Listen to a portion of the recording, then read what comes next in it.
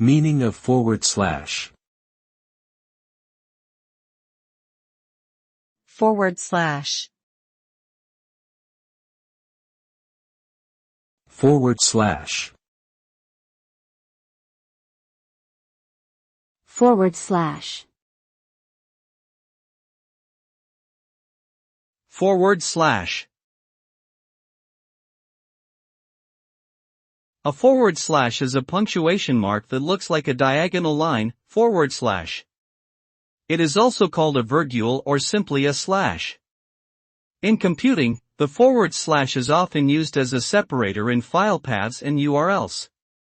It can also be used to indicate a choice between two options, e.g., and or to represent a fraction, e.g., 1/2.